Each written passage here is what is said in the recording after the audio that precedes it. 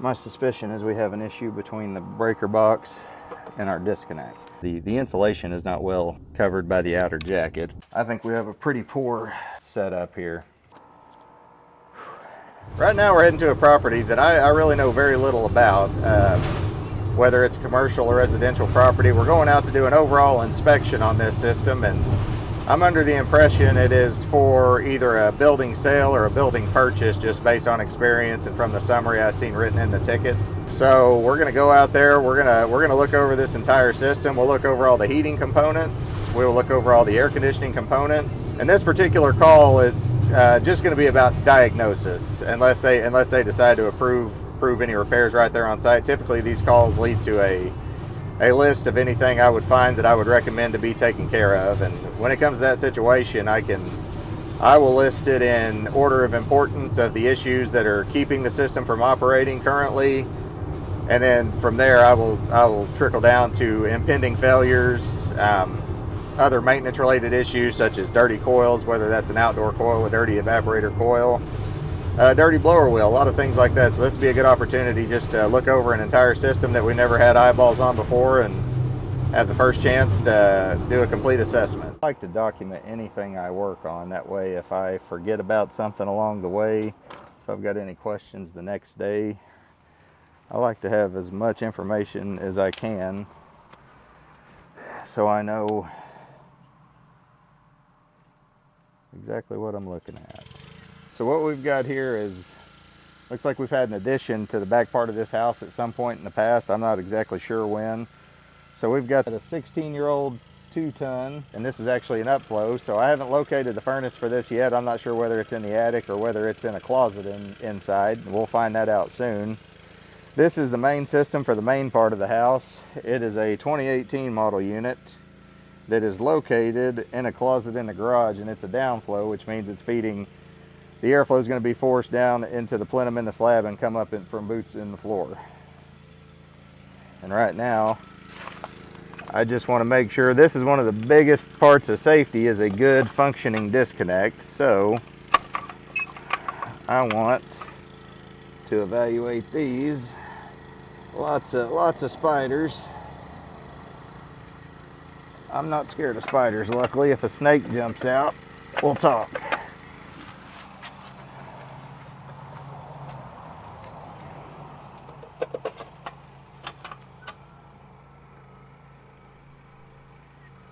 And one thing I notice here is that cover's a little dislodged, which makes me, I see a nice looking fiddleback right in there as well. A pretty good size.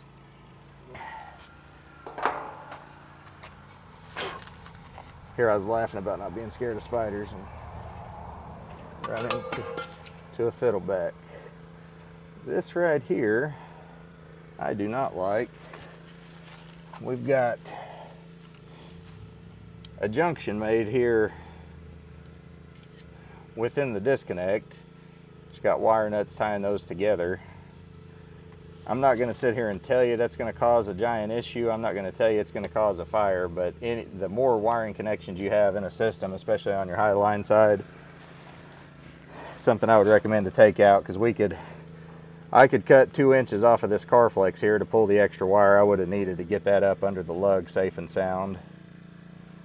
So we'll address that with the homeowner. That would be a good preventative fix. That's not causing them any issues. That's not going to affect the way this system runs, as long as those are tied in safe. But that is something that over time, that connection is more likely to get hot than it would if it were a straight piece of wire from air conditioner to disconnect. And we'll plug this back in.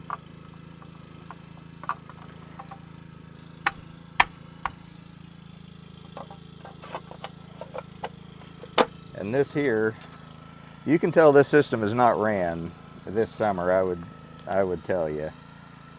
This new property, it looks like this homeowner may have recently purchased this home for renovation and remodeling. So I have a feeling that this system is not ran this summer, and we will try to look in and see if we can find the reason why. We will find a reason why. Now we got a panel inside. I was thinking that is all Generac set up for the generator. When I first looked at that for a second, I thought that was going to be our breaker panel that's feeding our units, but it is not.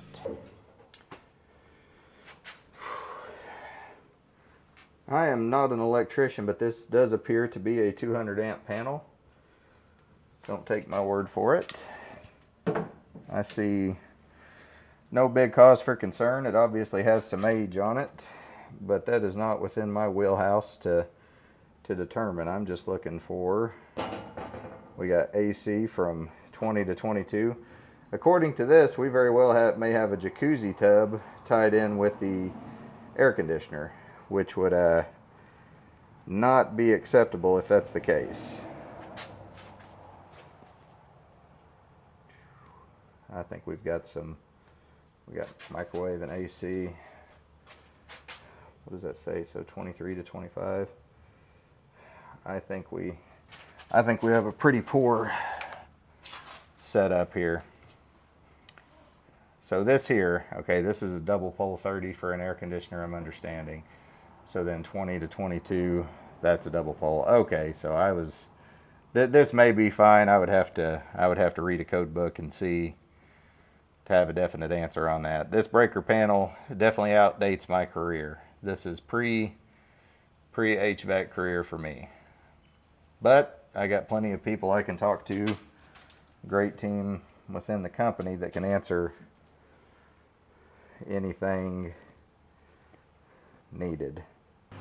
And this is something I'll have to confirm right now, because any heat and air guys watching online would roast me for running under the assumption that these are the correct breakers. And as far as I'm concerned, for now they are, and I will confirm that by killing those breakers and checking for high voltage at the disconnects outside before I have the finalized say on that.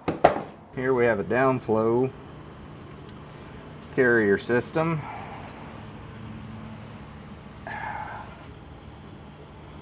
Got a P-trap, which is necessary.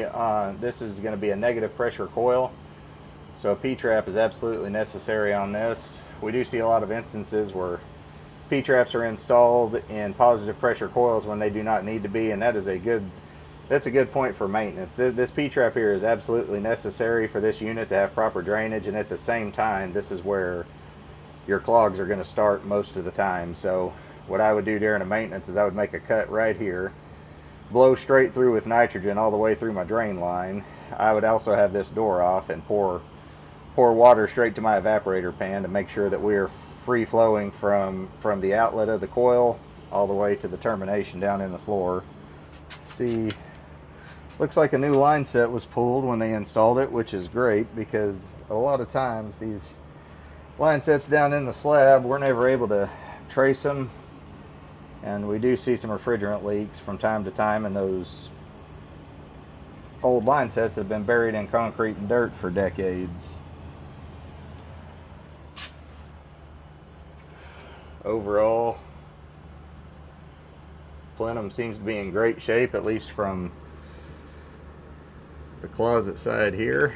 We've definitely had some drips down the front of that plenum before, and I'd have to crawl into the attic to determine exactly why. That could be due to a start collar not being properly sealed. Could be a loose piece of ductwork. Could be unrelated. It could have been a previous roof leak that has since been fixed, dripping water down.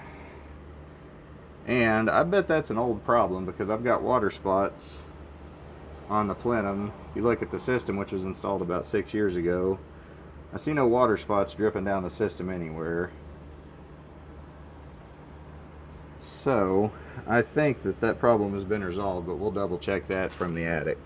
Here we've got just multiple wire nuts tying the line voltage into the unit. In that situation, I would put a disconnect in between, and you couldn't really access a disconnect back there, but we could grab the wires up here and mount a disconnect in this closet, which is easier said than done on this particular one. We may have enough length on these wires to where we could wrap it around and put us a disconnect over here, but we will have to assess. I also don't like that. We've got a piece of sheet metal rubbing up against the line voltage wires coming in. as well as resting against that liquid refrigerant line, which could potentially cause a refrigerant leak if that line were to be. It wouldn't take much vibration. If you had a little bit of vibration for a lot of years resting up right against that piece of sheet metal, that could definitely cause a refrigerant leak. And that would be one of those fast leaks where you're cooling and everything's working great one day, and the next day you're completely without refrigerant, looking at an expensive repair. So I'm going to document that. I got to check for spiders. I don't know if it's sweat or spiders running down my legs. Says the guy who just said he didn't care about spiders.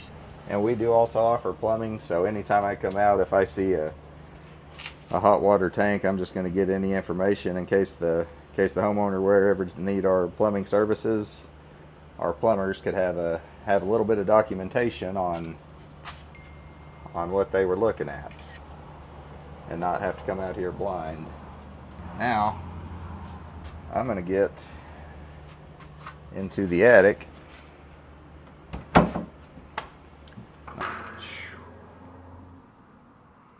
I've actually seen more snakes and snake skins in attics than I ever have under houses. Snake skins, anyway.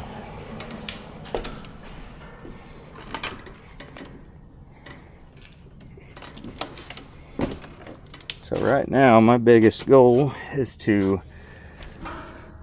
see if we have room to convert a unit from a garage closet to this attic space. Right there's my return plenum. Not a real egregious problem. Looks like we lost some of the outer jacket. Is not the insulation is not well covered by the outer jacket, but other than being ugly, I'm not sure if that's causing any issues yet. I do see an elbow just resting on top of that box, and I hope that elbow is not connected or supposed to be connected, because that would be sucking a lot of heat from this attic as well as a lot of dust from this attic. From here it looks like it was just set aside and set up there, so I hope that's the case for the sake of the homeowner. This appears to be a 16-inch return duct, so that's our return plenum right there. So a downflow, your return plenum in most cases is just going to sit right on top like that, stubbed up into the attic on a residential application. And right there is a return air box. I've also got another return, and I will confirm these measurements. That's going to be a 12 or a 14-inch return right there. It says 14 on that piece of flex. I'll take a tape measure to the actual metal duct to make sure. Confident this will be a 16.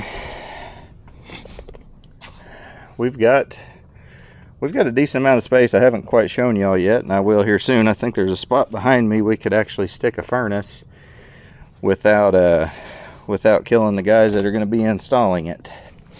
This is not a conventional service call. This has turned more into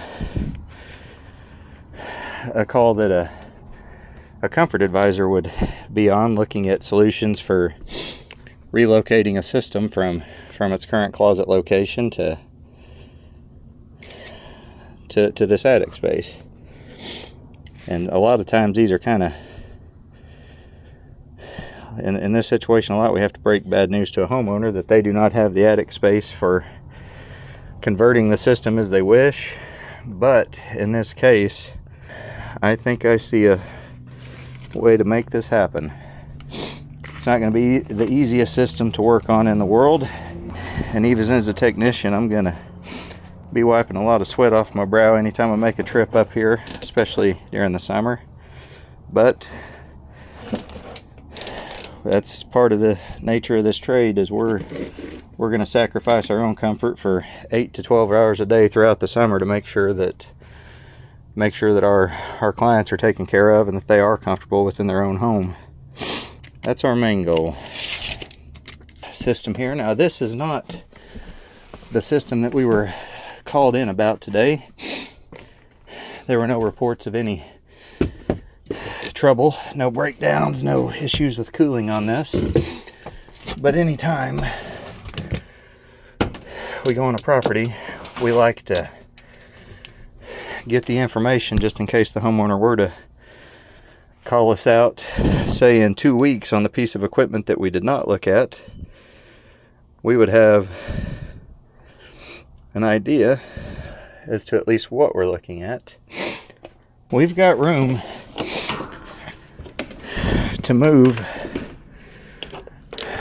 the system from the garage to the attic. This is a quick, just cheap way to look at this. They're not always this easy, and this is not going to be my final say that this coil is as clean as it should be, but it surely appears. So here is a safety float switch designed. You can wire these in. It depends on the installer, and either way is fine. I prefer to kill power to the entire system, because if you have a thermostat that is ran off of hardwire without batteries, it will cause that thermostat to go blank as soon as that switch trips. I like that. That leads the homeowner to know that they have an issue quicker. The other alternative is to break strictly your cooling circuit with it, which does the job. It turns off your air conditioner and it causes the system to quit, causing more condensation, but at the same time your blower motor is going to continue to run, so the homeowner may hear that blower motor running. Their thermostat's not going to be blank, so this thing may be, their air conditioner may be down 6 or 8 hours before they know that they have an issue. So that's why I prefer to always break your 24 volt coming in. That way you've got a blank thermostat. Homeowners tipped off very quickly that they have cooling issues. We're back at the outside unit. Noticed when I was inside that the blower's kicking on. It seems like the thermostat is sending a call to the indoor unit as it should be, and it seems that the indoor unit is sending a call out here as it should be, based on the fact that my contactor's pulled in. So we'll check for proper voltage at this contactor, making sure I'm receiving a true 24 or within range. I'm at 26.8, which is typically what you see on most residential, 26 to 27. So I'm going to come down here to my line side of my contactor, go line to line. I'm showing 0 volt. I've confirmed that I have low voltage to my contactor coil. I've got 0 volts leg to leg, or line to line. My next step is going to be to follow it back to the disconnect, where we saw that pesky mama fiddle back earlier. And we need to see if we're getting voltage here.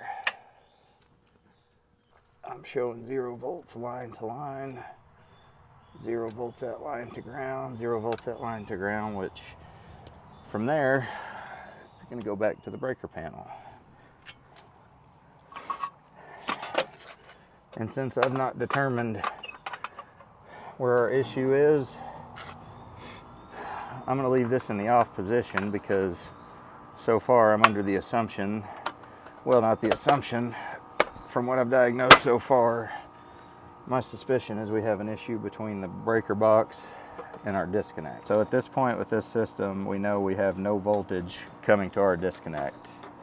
I'm going to go to the indoor unit. The main objective today is to see if we can use that same furnace and convert it from a downflow application in the garage to a horizontal application in the attic. So now I'm going to go check to see if the horizontal drain pan is still installed from the factory, and find which orientation, whether it's going to fall horizontal left, horizontal right, and that's our next step.